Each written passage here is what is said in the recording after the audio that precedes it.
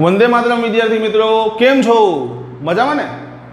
आज આપણે NCERT textbook में विद्युत क्षेत्र ने लगता કેટલાક દાખલાઓ આપેલા છે એમની પ્રેક્ટિસ કરીશું। તો આવી જઈએ બોર્ડ પર। સૌપ્રથમ જોઈએ આપણે ઉદાહરણ નંબર 1.9 જેમની રકમ કંઈક આ પ્રમાણે છે। Q1 બરાબર 10⁻8 ઘાત કુલમ અને Q2 બરાબર -10⁻8 ઘાત કુલમ ના બે બિંદુવત વિદ્યુત ભારોને આકૃતિમાં દર્શાવ્યા પ્રમાણે એકબીજાથી 0.1 મીટર અંતરે ગોઠવેલ છે। તો આકૃતિમાં દર્શાવેલ A, B અને C બિંદુ પાસે વિદ્યુત ક્ષેત્ર ગણો।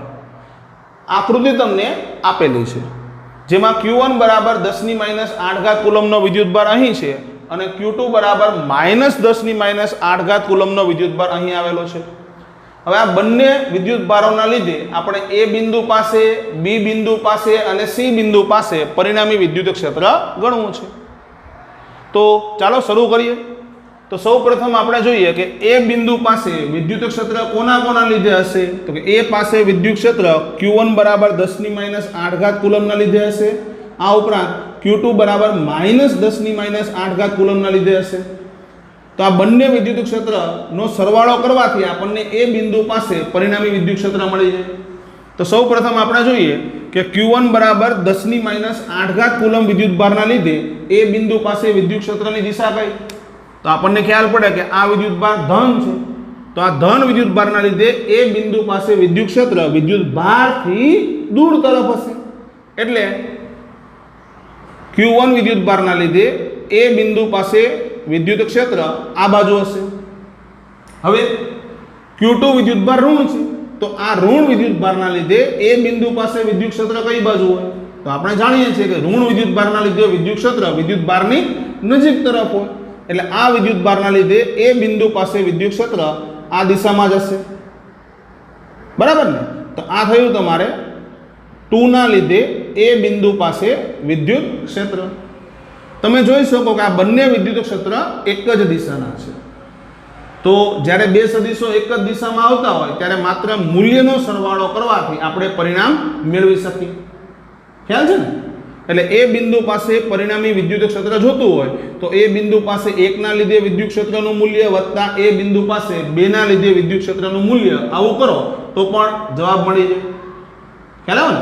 તો અહીં આપણે સદિશ સ્વરૂપે વાત કરીએ। ચાલો, તો બંને એક અક્ષની દિશાના છે તો આપણે કંઈક આવું લખી શકીએ કે એ બિંદુ પાસે પરિણામી વિદ્યુત ક્ષેત્ર બરાબર એ બિંદુ પાસે 1 ના લીધે વિદ્યુત ક્ષેત્રનું મૂલ્ય I કેરેટ, કારણ કે દિશા ધન એક અક્ષની દિશામાં છે, वत्ता ए बिंदु पासे 2 ना लीधे विद्युत क्षेत्रનું मूल्य અને એ પણ ધન એક અક્ષની દિશામાં છે એટલે I કેરેટ। હવે વિદ્યુત ક્ષેત્રના મૂલ્યનું સૂત્ર છે E બરાબર KQ અપોન R², બરાબર? અને આ સૂત્રની અંદર Q છે એ તમારે સંજ્ઞા વગર લખવાનો હોય એટલે Q નું માત્ર મૂલ્ય જ લખવાનું હોય। તો સૌપ્રથમ આપણે ए बिंदु पासे 1 ना लीधे विद्युत क्षेत्रનું મૂલ્ય લખીએ તો k ની કિંમત થાય 9 × 10⁹। q તો કોના લીધે વાત છે? તો કે 1 ના લીધે, તો Q1 ની કિંમત છે 10⁻8 અહીંયા મૂકી દીધી અપોન R²। તો R એટલે Q1 થી એ બિંદુનું અંતર જે તમને આપેલું છે 0.05 એનો વર્ગ I કેરેટ। એવી રીતે એ બિંદુ પાસે 2 ના લીધે વિદ્યુત ક્ષેત્રનું મૂલ્ય મૂકીએ तो आ ए बिंदु पासे Q2 ना लीधे विद्युत क्षेत्रना मूल्यનું सूत्र है। तो k ની કિંમત 9 × 10⁹, Q એટલે 10⁻8, બરાબર? અહીંયા સંજ્ઞા લેવાની નથી કારણ કે આપણે શું મૂકીએ છીએ? આ તો વિદ્યુત ક્ષેત્રનું મૂલ્ય મૂકીએ છીએ તો એમાં Q ની સંજ્ઞા ન હોય અપોન R²। તો Q2 થી A નું અંતર જે છે 0.05 એનો વર્ગ। સાદુરૂપ આપીએ ને તો તમને આવો જવાબ મળે 7.2 × 10⁴ I કેરેટ ન્યૂટન પ્રતિ કુલમ, બરાબર? એટલે આ પરિણામી વિદ્યુત ક્ષેત્ર I કેરેટની દિશામાં મતલબ આ બાજુ હશે। આ બાજુ મતલબ જમણી તરફ હશે એવું પણ તમે કહી શકો અહીંયા, બરાબર? આગળ વધીએ ચાલો। હવે B પાસેની વાત કરો तो B बिंदु पासे विद्युत क्षेत्र कोना लीधे होय? तो B पासे विद्युत क्षेत्र Q1 ना लीधे होय अने बीजू Q2 ना लीधे होय। तो B पासे Q1 ના લીધે વિદ્યુત ક્ષેત્ર આપણે મેળવવું હોય તો Q1 તો ધન છે, તો ધનના લીધે B પાસે વિદ્યુત ક્ષેત્ર ધનથી દૂર તરફ, મતલબ આ બાજુ હશે. તો આ થયું 1 ના લીધે B પાસે વિદ્યુત ક્ષેત્ર. બરાબર. હવે આગળ વધીએ તો 2 છે એ ઋણ છે, તો 2 ના લીધે અહીંયા વિદ્યુત ક્ષેત્ર ઋણ વિદ્યુત ભાર તરફ, એટલે આ બાજુ હશે. તો આ વિદ્યુત ક્ષેત્ર તમારે થયું 2 ના લીધે B પાસે વિદ્યુત ક્ષેત્ર. હવે બંને વિદ્યુત ક્ષેત્રની દિશા વિરુદ્ધ છે, તો માત્ર મૂલ્યની બાદબાકી કરવાથી પણ આપણે જવાબ મેળવી શકીએ. ખ્યાલ આવે ને? પણ અહીં આપણે સદિશ સ્વરૂપે જોઈ લઈએ જરા, તો આપણને અહીંયા ખ્યાલ પડે કે B પાસે પરિણામી વિદ્યુત ક્ષેત્ર એટલે B પાસે 1 ના લીધે વિદ્યુત ક્ષેત્ર, તો B પાસે 1 ના લીધે વિદ્યુત ક્ષેત્ર આ બાજુ એટલે ઋણ x અક્ષની દિશામાં છે, એટલે લખ્યું અહીંયા -E1b I caret plus E2b I caret, કારણ કે 2 ના લીધે વિદ્યુત ક્ષેત્ર ધન x અક્ષની દિશામાં છે. ફરીવાર આ વિદ્યુત ક્ષેત્રનું મૂલ્ય છે, તો મૂલ્યનું સૂત્ર વાપરીએ KQ/R². K એટલે 9 × 10⁹. Q તો કોના લીધે છે? તો 1 ના લીધે, તો 1 ની કિંમત 10⁻8 મૂકી દીધી અપોન R², તો 1 થી B નું અંતર, તો 1 થી B નું અંતર છે 0.05, એનો વર્ગ કરો, આવી ગયો I કેરેટ પ્લસ K ની કિંમત 9 × 10⁹. Q2 એટલે 10⁻8, બરાબર ને? કારણ કે મૂલ્ય જ મૂકવાનું છે. Q2 ની કિંમત છે -10⁻8, પણ ઋણ દિશાની અવગણવાની છે અહીંયા, એટલે આવો આવી ગયો. અને 2 થી B નું અંતર, ચાલો તો 2 થી B નું અંતર, તો આ અંતર કેટલું થાય? તો 0.05 વત્તા 0.05 વત્તા 0.05 એટલે 0.15, એનો વર્ગ કરો. સાદુરૂપ આપો એટલે જવાબ તમને કંઈક આવો મળે. તો અહીંયા ખ્યાલ પડ્યો કે પરિણામી વિદ્યુત ક્ષેત્ર એ ઋણ x અક્ષની દિશામાં છે.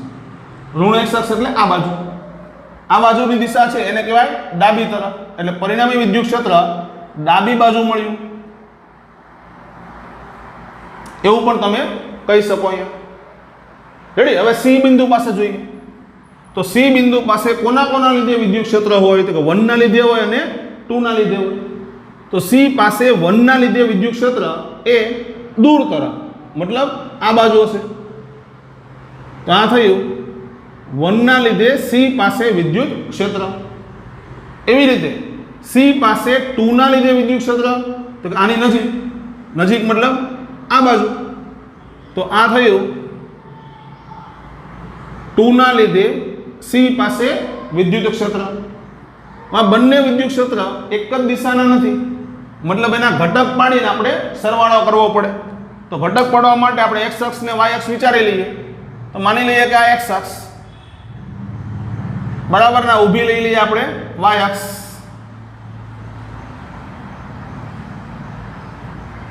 તો આ છે તમારી y અક્ષ. ખૂણાઓ જોઈએ તો 0.1 મીટર 0.1 મીટર, ને આ બાજુ જુઓ તો 0.05 વત્તા 0.05 એટલે આ પણ થઈ 0.1 મીટર, મતલબ આ સમબાજુ ત્રિકોણ છે. તો આ 60 નો ખૂણો 60 નો ખૂણો અને આખો ખૂણો 60. જો આ 60 હોય બરાબર, તો આ અડધો થયો તમારે 30.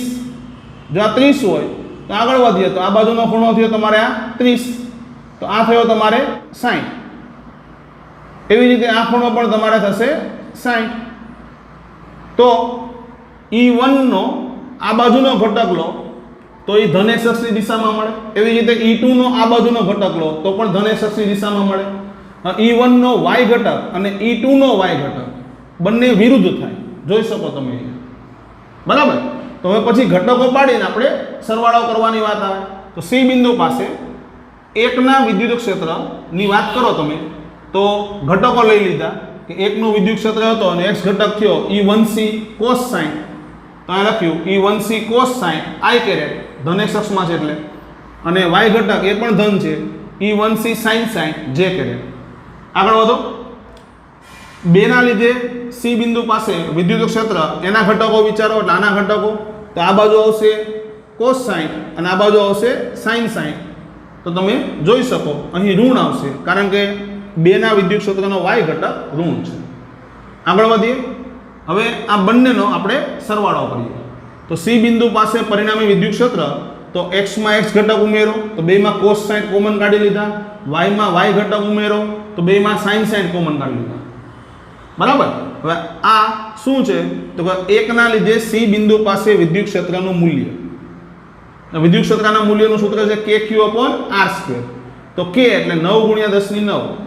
q એટલે 1 ના લીધે એટલે q1 આવશે. q1 છે 10⁻8 અપોન 1 થી c નું અંતર. તો 1 થી c નું અંતર તો અહીંયાથી આ અંતર તમને આપેલું છે 0.1 એનો વર્ગ વત્તા 2 ના લીધે c બિંદુ પાસે વિદ્યુત ક્ષેત્ર એનું મૂલ્ય. તો 9 × 10⁹ એટલે k ની કિંમત, q એટલે 10⁻8. બરાબર. q2 છે એ -10⁻8 છે. ફરીવાર યાદ કરીએ કે માઈનસ નિશાની અહીંયા લખવાની ન હોય કારણ કે આપણે મૂલ્ય લખીએ છીએ. બરાબર. અપોન 2 થી c નું અંતર તો આ અંતર છે 0.1 એનો વર્ગ કરો. બરાબર. અને cos 60 એની કિંમત થાય 1/r i કેરેટ. એવી જ રીતે e1c અને e2c ની કિંમત અહીંયા મૂકી અને sin 60 ની કિંમત મૂકી દો અને સાદુરૂપ આપો તો જવાબ તમને કંઈક આવો મળે. બરાબર ને. તો આ વિદ્યુત ક્ષેત્ર ધન x અક્ષની દિશામાં મળ્યું જવાબ બાજુ, કારણ કે y ઘટક છે એ નાબૂદ થઈ જશે. ક્લિયર. આ પાછળના પદનો જવાબ તમારે આવશે 0. એટલે આ વિદ્યુત ક્ષેત્ર છે એ ધન x અક્ષની દિશામાં એટલે જમણી તરફ મળ્યું એમ કહેવાય. બરાબર. આગળ વધીએ. ચાલો નવો દાખલો જોઈએ. તો ઉદાહરણ નંબર 1.8 જેની રકમ આ પ્રમાણે છે. એક ઇલેક્ટ્રોન 2 × 10⁴ ન્યૂટન પર કુલમના નિયમિત વિદ્યુત ક્ષેત્રમાં 1.5 સેન્ટીમીટર જેટલું પતન કરે છે. ત્યાર પછી વિદ્યુત ક્ષેત્રનું મૂલ્ય તેટલું જ રાખી દિશા ઉલટાવી પ્રોટોનને તેટલા જ અંતર સુધી પતન કરાવવામાં આવે તો બંને કિસ્સામાં સમય ગણો. રકમ શું કહેવા માંગે છે કે એક વિસ્તારમાં વિદ્યુત ક્ષેત્ર છે. આ વિસ્તારમાં પહેલા ઇલેક્ટ્રોનને મુક્ત કરી અને 1.5 સેન્ટીમીટર અંતર કાપે એના માટેનો સમય શોધવાનો છે. ત્યાર પછી વિદ્યુત ક્ષેત્રની દિશા ઉલટાવી નાખવાની અને પ્રોટોનને મુક્ત પતન કરાવવાનું. ખ્યાલ આવે ને. અને પ્રોટોનને 1.5 સેન્ટીમીટર અંતર કાપવા કેટલો સમય લાગે એ આપણે ગણવાનો છે. ખ્યાલ આવે ને. તો ધારો કે એક વિસ્તારમાં વિદ્યુત ક્ષેત્ર કંઈક આ રીતના છે અને આ વિસ્તારમાં ઇલેક્ટ્રોનને મુક્ત કરવામાં આવે તો ઇલેક્ટ્રોન એટલે ઋણ વિદ્યુતભાર ધરાવતો કણ અને વિદ્યુત ક્ષેત્રમાં ઋણ વિદ્યુતભારને મૂકીએ તો ઋણ વિદ્યુતભાર પર બળ કઈ બાજુ લાગે તો વિદ્યુત ક્ષેત્રની વિરુદ્ધ દિશામાં. તો આ ઇલેક્ટ્રોન પર જે વિદ્યુત ક્ષેત્રના કારણે બળ લાગ્યું એ વિદ્યુત ક્ષેત્રની વિરુદ્ધ એટલે નીચે તરફ લાગે. અને વિદ્યુત ક્ષેત્રમાં વિદ્યુત ભાર પર લાગતા બળનું સૂત્ર છે F = QE. બરાબર ને. એટલે આ બળ છે F = QE. Q તરીકે ઇલેક્ટ્રોન છે એટલે EE આવું લખી શકો. ક્લિયર. આ બળના લીધે ઇલેક્ટ્રોન પ્રવેગિત ગતિ કરે. પ્રવેગનું સૂત્ર તો F/m. હવે m એટલે ઇલેક્ટ્રોનનું દળ તો F/me એવું કરો એટલે તમારે EE ઇલેક્ટ્રોનનું દળ આટલો પ્રવેગ મળી જાય. ખ્યાલ આવે ને. તો આ પ્રવેગિત ગતિ એના સૂત્ર આપણને ખબર છે કે D = V0t + 1/at², V = V0 + at, v² - v02 = 2ad એ સૂત્ર આપણને ખબર છે. એના ઉપરથી આપણે સમય અહીંયા શોધી લેવાનો છે. ખ્યાલ આવે. તો જોઈએ અહીંયા કે ઇલેક્ટ્રોન પર લાગતું બળ F = QE. F = E વિદ્યુત ક્ષેત્રની વિરુદ્ધ હશે. Q ની જગ્યાએ E મૂકી દીધું અને ઇલેક્ટ્રોન ઋણ વિદ્યુતભાર ધરાવે માટે એના પર વિદ્યુત ક્ષેત્રની વિરુદ્ધ દિશામાં બળ લાગે. હવે ઇલેક્ટ્રોનનો પ્રવેગ તો A = F/m પરથી પ્રવેગ મેળવી લીધો. બરાબર. પ્રવેગિત ગતિના લીધે આપણે d અંતર કાપવું હોય તો એના માટે સમય આપણે શોધવાનો છે. સૂત્ર આવી જાય T = √2d/AE. AE એટલે કોનો પ્રવેગ છે તો ઇલેક્ટ્રોનનો પ્રવેગ જે તમારે મૂકી દેવાનો. ક્લિયર. હવે આ સૂત્ર આવ્યું ક્યાંથી તો D = V0t + 1/at². એમાં V0 તો V0 0 છે એટલે આ 0 કરી દો તો D = 1/at². હવે t ને કરતા કરી દો તો જવાબ તમારો આવી જાય 2d/a વર્ગમૂળની અંદર. ખ્યાલ એટલે એ રીતનો જવાબ મળી જાય. પછી કિંમતો મૂકવાની છે બધી. ઇલેક્ટ્રોનનું દળ તો 9.1 × 10⁻31 કિલોગ્રામ. ખ્યાલ આવે ને. એ બધી કિંમતો એ મૂકી અને સાદુરૂપ આપો. હવે વિદ્યુત ક્ષેત્રની દિશા ઉલટાવો, એટલે વિદ્યુત ક્ષેત્ર ઉપર હતો હવે નીચે કરી નાખો અને પ્રોટોનને એમાં મુક્ત કરો. તો આપણને ખ્યાલ છે પ્રોટોન એટલે ધન વિદ્યુત ભાર, અને ધન વિદ્યુત ભાર ઉપર વિદ્યુત ક્ષેત્રની દિશામાં બળ લાગે. એટલે આના પર બળ કઈ બાજુ લાગે? વિદ્યુત ક્ષેત્રની દિશામાં, એટલે નીચે. અને આ બળનું સૂત્ર F બરાબર QE ઉપરથી પ્રોટોન પર વિદ્યુત ભાર કેટલો હોય તો E હોય, બરાબર. QE એમાં Q ની જગ્યાએ તમે E મૂકી દીધું, બરાબર. આ બળના લીધે પ્રોટોન છે એ પ્રવેગિત ગતિ કરશે, અને એનો પ્રવેગ લખવો હોય તો A બરાબર F/m, બરાબર. અહીંયા m તરીકે પ્રોટોનનું દળ લેવું પડે, તો F એટલે E/mp.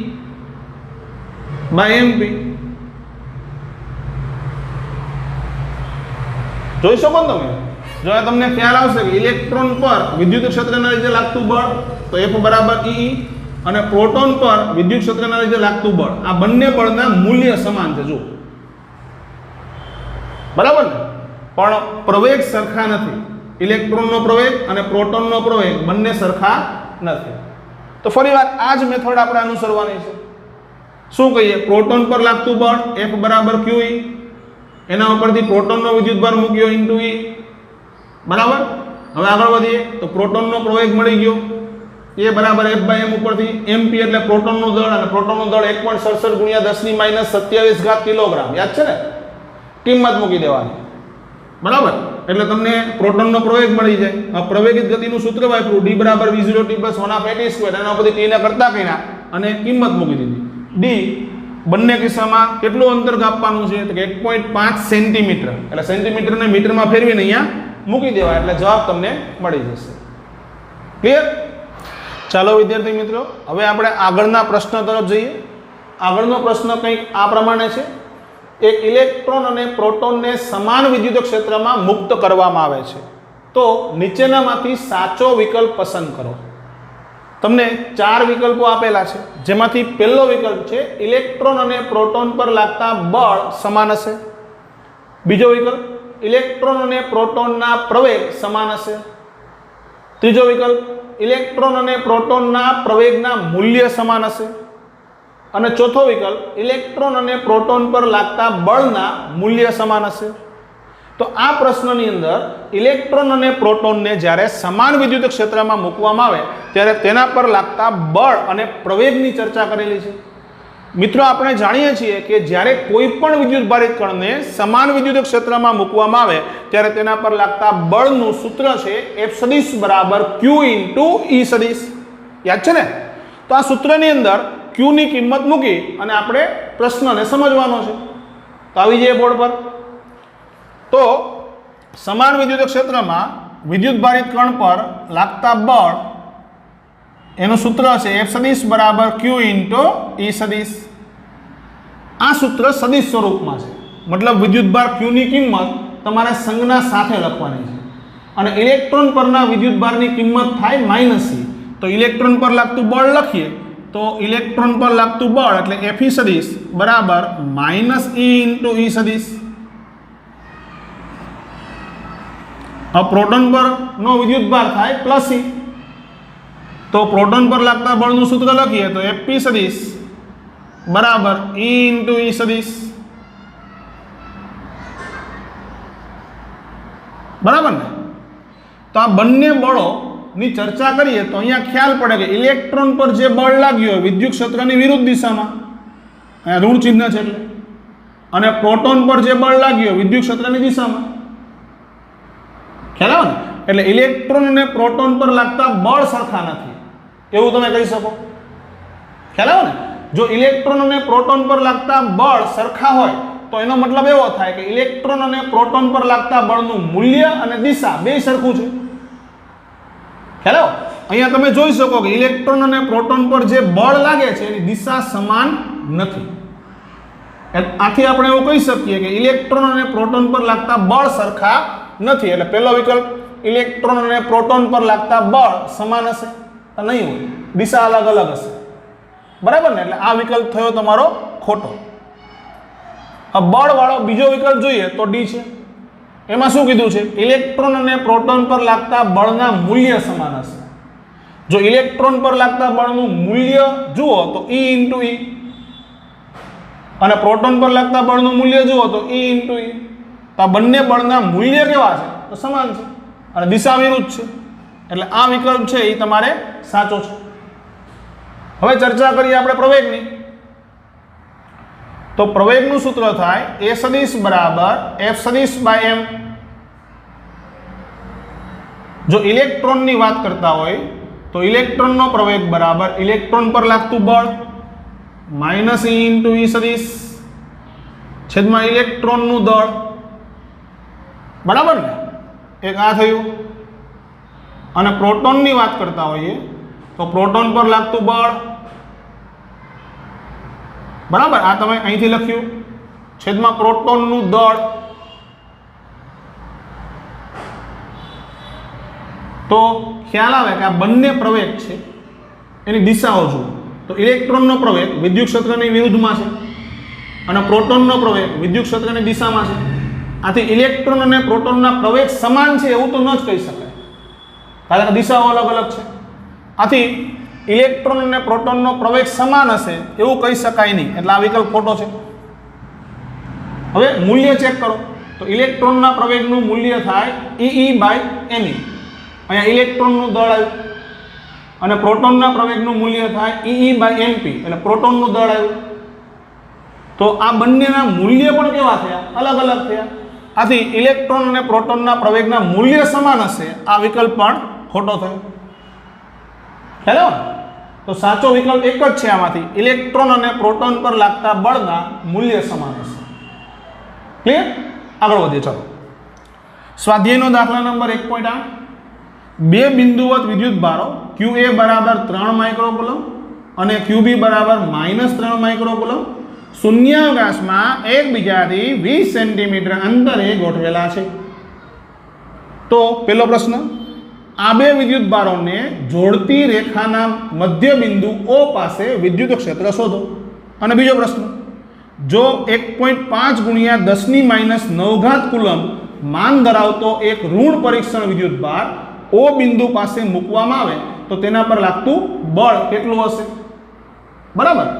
તો પહેલા આ પ્રશ્ન પરથી તમારે એક આકૃતિ બનાવવી પડે. શું કીધેલું છે? QA અને QB એની વચ્ચેનો અંતર 20 સેન્ટીમીટર છે. તો એક સીધી લાઈન દોરી, QA અને QB બંને વચ્ચેનું અંતર 20 સેન્ટીમીટર. રેડી ને? આગળ વધીએ. હવે પહેલો પ્રશ્ન વાત છે, આ બે વિદ્યુત ભારોને જોડતી રેખાના મધ્ય બિંદુ પાસે વિદ્યુત ક્ષેત્ર શોધવાનું કીધું છે. તો આ બંને વિદ્યુત ભારોને જોડતી રેખા એટલે આ બ્લેક કલરની લાઈન એનો મધ્ય બિંદુ એટલે બરાબર વચ્ચે, એટલે અહીંથી 10 સેન્ટીમીટર ને અહીંથી પણ 10 સેન્ટીમીટર. તો આ O બિંદુ પાસે વિદ્યુત ક્ષેત્ર ગણવું છે. સિમ્પલ ક્વેશ્ચન છે. તો O બિંદુ પાસે વિદ્યુત ક્ષેત્ર કોના કોના લીધે હોય? તો ખ્યાલ પડે કે O પાસે વિદ્યુત ક્ષેત્ર આ QA ના લીધે હશે અને બીજું QB ના લીધે હશે. તો QA ના લીધે O પાસે વિદ્યુત ક્ષેત્ર કઈ દિશામાં હોય? તો QA પ્લસ છે. તો ધન વિદ્યુત ભારના લીધે વિદ્યુત ક્ષેત્ર વિદ્યુત ભારથી દૂર તરફ હોય, મતલબ આ બાજુ હશે. બરાબર. આગળ વધીએ. તો હવે B ના લીધે O પાસે વિદ્યુત ક્ષેત્ર કઈ બાજુ હોય? તો B ઋણ છે.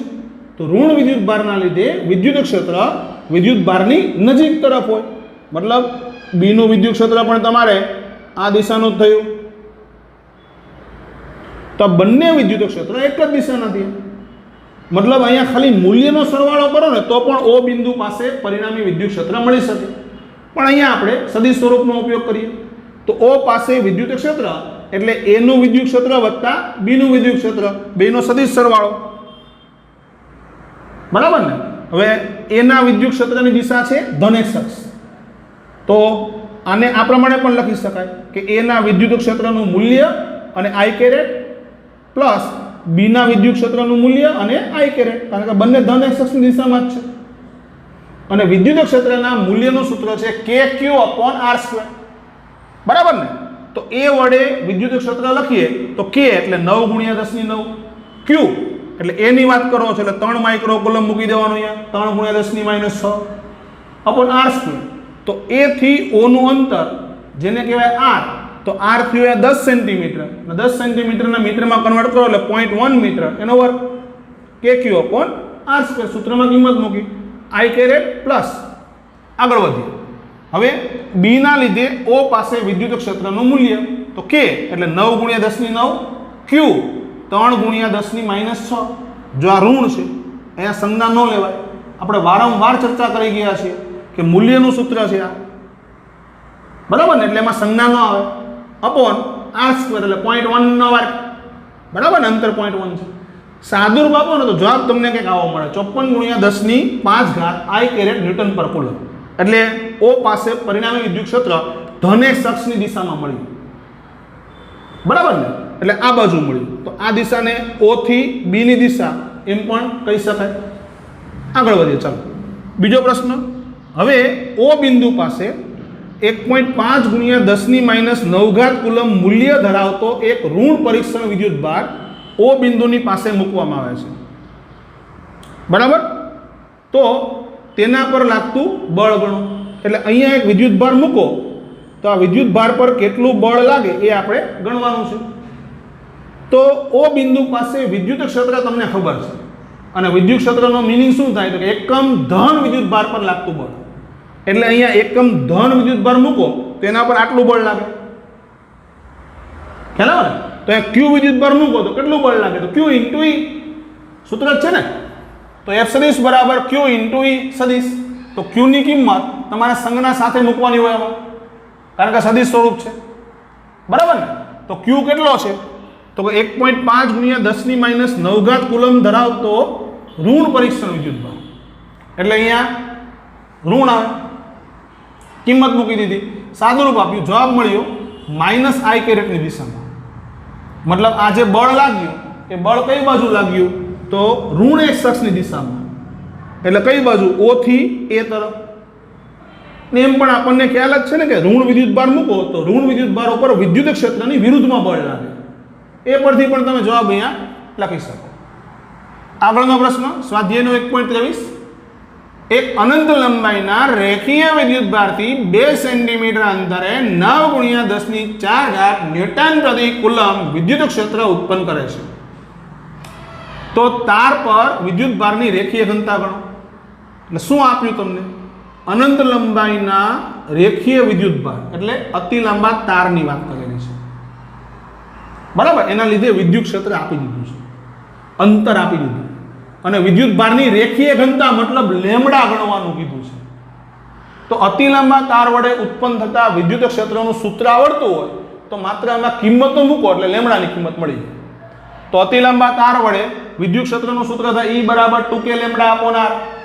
અને આ વિદ્યુત ક્ષેત્ર જે તાર હશે એને લંબ હશે. ખ્યાલ છે ને કે તારને સમાંતર વિદ્યુત ક્ષેત્રના ઘટકો કટ થઈ જાય, યાદ આવે છે કે?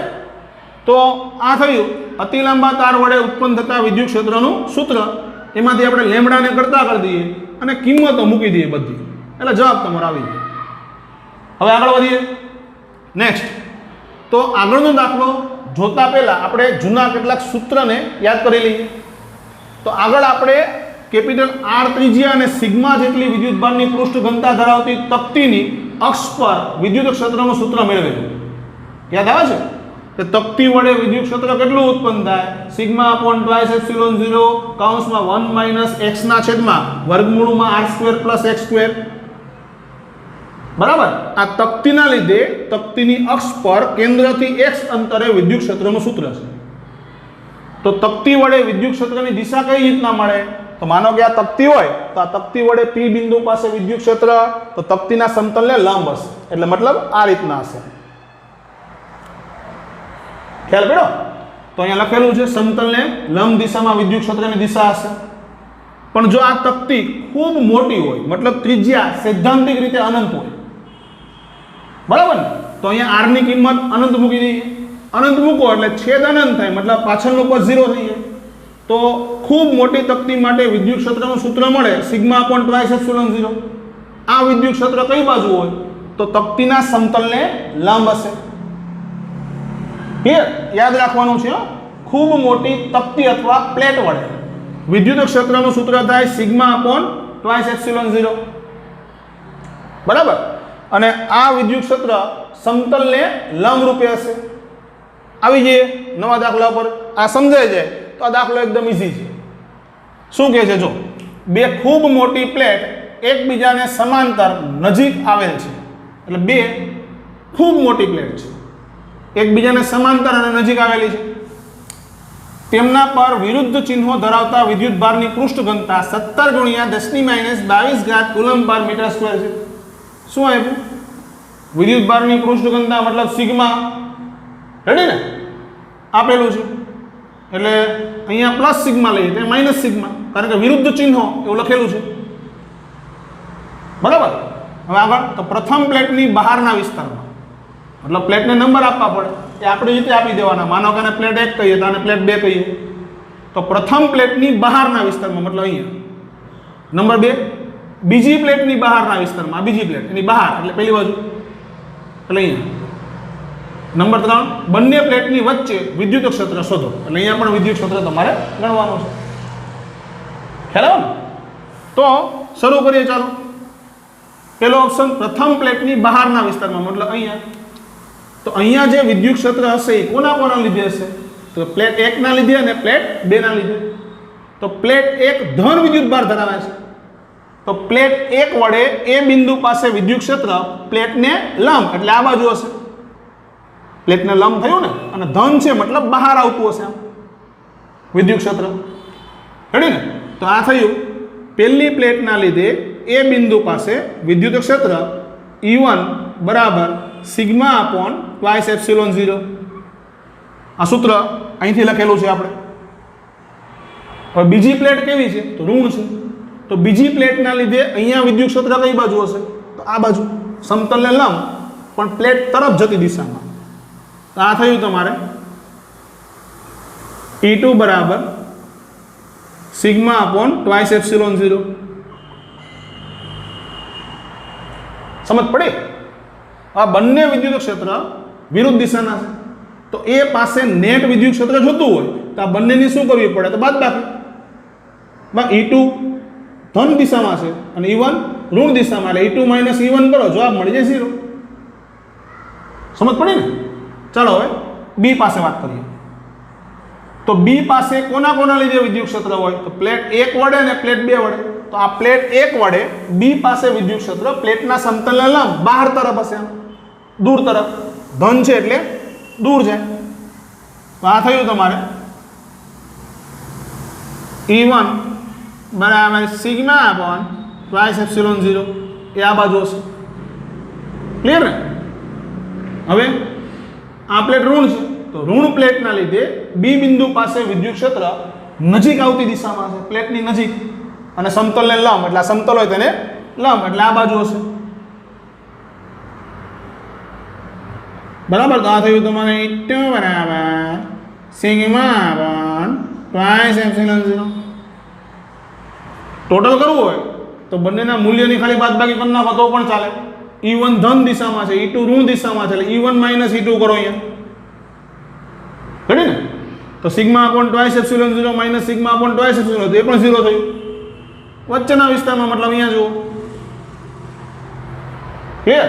ચાલો, તો આ બિંદુ આગળ પ્લેટ 1 ના લીધે વિદ્યુત ક્ષેત્ર હશે દૂર તરફ, મતલબ આ બાજુ.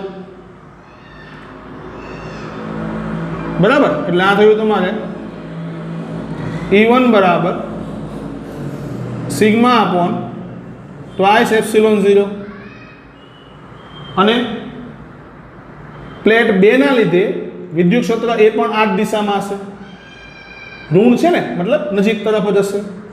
તો E2 બરાબર સિગ્મા અપોન ટ્વાઇસ એપ્સિલોન 0. તો બંને વિદ્યુત ક્ષેત્ર કઈ દિશામાં? આ દિશાના જ થયા, મતલબ મૂલ્યનો સરવાળો કરી નાખો. E1 plus E2 sigma upon twice epsilon 0 plus sigma upon twice epsilon 0 is equal to sigma upon epsilon 0. સિગ્માની કિંમત રેખામાં હોય 8.85 ગુણ્યા 10⁻12. કિંમત મૂકીને સાદુરૂપ આપો તો મળી જાય. રેડી? બંને વિદ્યુત ક્ષેત્ર અહીંયા આમ જ હતા, એટલે વિદ્યુત ક્ષેત્રની દિશા પૂછી હોય તો ઋણ પ્લેટ તરફ દિશા છે એમ કહેવાય. પડી સમજ? હવે આપણે આગળના પ્રશ્ન તરફ આવીએ. સ્વાધ્યાયનો 1.25 નંબરનો દાખલો. મિલિકાન ઓઇલ ડ્રોપ પ્રયોગમાં 12 વધારાના ઇલેક્ટ્રોન ધરાવતું એક ઓઇલ ડ્રોપ 2.55 × 10⁴ ન્યૂટન પ્રતિ કુલમના સમાન વિદ્યુત ક્ષેત્રની અસર હેઠળ સ્થિર રાખવામાં આવેલ છે. જો ઓઇલની ઘનતા 1.26 ગ્રામ પ્રતિ સેન્ટીમીટર ક્યુબ હોય તો ડ્રોપની ત્રિજ્યા શોધો. બરાબર. તો પહેલા તો આપણે એ સમજીએ કે હકીકતમાં મિલિકાનનો ઓઇલ ડ્રોપ પ્રયોગ શું છે. બરાબર ને? તો વાસ્તવમાં મિલિકાનના ઓઇલ ડ્રોપ પ્રયોગની અંદર ધાતુની 2 તકતી હોય. બરાબર. આ બંને તકતીને વિદ્યુત ભારિત કરવામાં આવે. એટલે 2 પ્લેટ હોય, આના પર વિદ્યુત ભાર હોય, ઉપરની પ્લેટ પર વિદ્યુત ભાર હોય. તો વિદ્યુત ભારના લીધે 2 પ્લેટની વચ્ચે આની જેમ વિદ્યુત ક્ષેત્ર ઉત્પન્ન થાય. બરાબર. એટલે પ્લેટને એવી રીતે ગોઠવેલી હોય કે જેથી શિરોલંબ દિશામાં વિદ્યુત ક્ષેત્ર ઉત્પન્ન થાય. એટલે કંઈક આ રીતના, એક નીચે પ્લેટ, બીજી ઉપર પ્લેટ, એટલે વિદ્યુત ક્ષેત્ર કંઈક આ રીતના ઉત્પન્ન થાય. હવે આ વિદ્યુત ક્ષેત્રની અંદર વિદ્યુત ભાર ધરાવતા પ્રવાહીના નાના નાના ટીપાને દાખલ કરવામાં આવે. એટલે શું કરે તો વિદ્યુત ક્ષેત્રની અંદર અહીંયા પ્રવાહીના બૂંદને દાખલ કરે. રેડી? તો પ્રવાહીના બૂંદ પર વિદ્યુત ક્ષેત્રના લીધે બળ લાગે, અને બીજું પ્રવાહીના બૂંદ પર વજન બળ પણ લાગતું હશે. રેડી? હવે ટીપું સંતુલનમાં આવે ને એ સ્થિતિમાં વિદ્યુત ભાર ગણી લેવામાં આવે. હવે આ ટીપા પર કયા કયા બળ લાગતા હોય તો વજન બળ નીચે તરફ લાગતું હોય, અને બીજું વિદ્યુત ક્ષેત્રના કારણે પણ બળ લાગતું હોય. હવે અહીં વિદ્યુત ક્ષેત્રના કારણે લાગતું બળ અને વજન બળ બંને સરખા થાય ને ત્યારે ટીપું સંતુલનમાં આવી જશે. અને ટીપું સંતુલનમાં આવે એ કન્ડિશનની અંદર ટીપા ઉપરનો વિદ્યુત ભાર શોધી કાઢવામાં આવે. ખ્યાલ પડ્યો છે તમારે? શું કરવામાં આવે જોઈએ કે આ ટીપા ઉપર 12 વધારાના ઇલેક્ટ્રોન છે. એટલે ટીપા પરનો વિદ્યુત ભાર થયો -12 E. એક ઇલેક્ટ્રોન હોય વધારે તો -E જેટલો વિદ્યુત ભાર થાય. તો 12 ઇલેક્ટ્રોન વધારે હોય તો -12 E જેટલો વિદ્યુત ભાર થાય. રેડી ને? તો આ વિદ્યુત ભારના લીધે વિદ્યુત ક્ષેત્રની વિરુદ્ધ દિશામાં બળ લાગશે. ઋણ છે ને, એટલે ટીપા પર આ બાજુ બળ લાગશે F બરાબર QE, અને બીજું ટીપા પર બળ લાગશે નીચે તરફ mg. હવે ટીપું સંતુલનમાં આવે એટલે QE અને mg ની કિંમત કેવી થાય? સમાન થાય. બરાબર. તો QE બરાબર mg. તમને એમ આપેલું છે રકમમાં, ટીપાનું દળ ક્યાંય તો નહીં. એના ઓપ્શનમાં તમને શું આપેલી છે તો ટીપાની ઘનતા. તો દળને ઘનતામાં ફેરવો એટલે દળ બરાબર ઘનતા ગુણ્યા કદ. સૂત્ર વાપરવા. બરાબર. આ દળની કિંમત છે. હવે ટીપું ગોળાકાર હોય તો ટીપાનું કદ મતલબ ગોળાનું કદ 4/3 πr³, એટલે v ની કિંમત મૂકી તમે અહીંયા. હેલો. હવે એમાંથી r ને કરતા કરવાનો છે. તો r ને કરતા કર્યો તો r³ બરાબર 3QE/4π ρg એવું મળ્યું. q એટલે ટીપા પરનો વિદ્યુત ભાર. કેટલો વિદ્યુત ભાર છે તો -12 E. એટલે q ની કિંમત કેટલી મૂકવાની તો -12 × 1.6 × 10⁻19. રેડી ને? જો કે ચિહ્ન અહીંયા લખવાનું નથી. બરાબર ને? કારણ કે આપણે મૂલ્યની જ વાત કરીએ છીએ. તો આમ કરો એટલે r³ ની કિંમત તમને આટલી મળે. ને એના પરથી આગળ વધો, ઘનમૂળ કાઢો એટલે આ મળી જાય. ક્લિયર?